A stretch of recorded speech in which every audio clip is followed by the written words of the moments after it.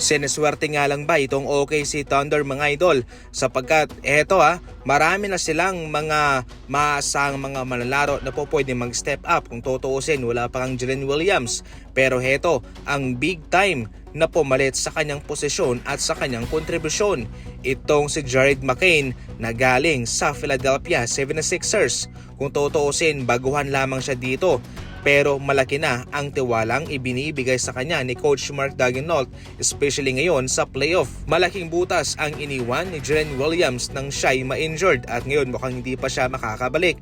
Pero eto pa, itong si Jared McCain mga idol sa unang round laban sa Phoenix Suns, ito huy nag-a-average lamang ng 5 minuto bawat laban. Pero ngayon sa semifinals laban sa Lakers, tumaas, trumiple, 16.5 minutes per game at yung kanyang kinakamada 15 points per game at meron shooting sa 3 na 80%. Magaling na itong si McCain. Nung siya ay nasa Sixers, grabe ang batang ito. Bumubuha to ng kupunan kahit na rookie pa lamang, pero kitang-kita mo na napakataas ng kanyang potensyal. Kaya nag-trade ang OKC Thunder para sa kanya. Para sa akin lang malaking pagkakamali ang ginawang ito ng Philadelphia 76ers. Masasabi ko na isa sa mga pinakamaswerteng team itong OKC Thunder ngayon sa NBA sa kanilang era sa ngayon, na kahit na sino ang kanilang kukunin, sino ang kanilang ipapasok sa loob ng court ay nakakaambag ng malaki. At yung chemistry, napakaganda, yung koneksyon, on point na on point. Isa pa rin po si Brandon Podziemski sa mga paboritong ititrade ng Golden State Warriors sa season ito.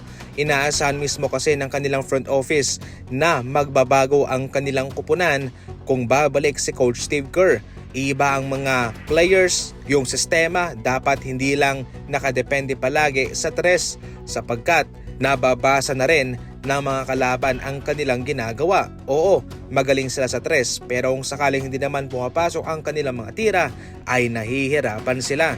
Itong si Podziemski kabilang sa mga binotong overrated player sa Golden State Warriors. Ito po kasi yung isang rason kung bakit kailangan talaga na i-trade itong si Podziemski. Kung sakaling kasi na mananatili pa rin siya, wala pa rin pong magbabago sa kanilang second unit.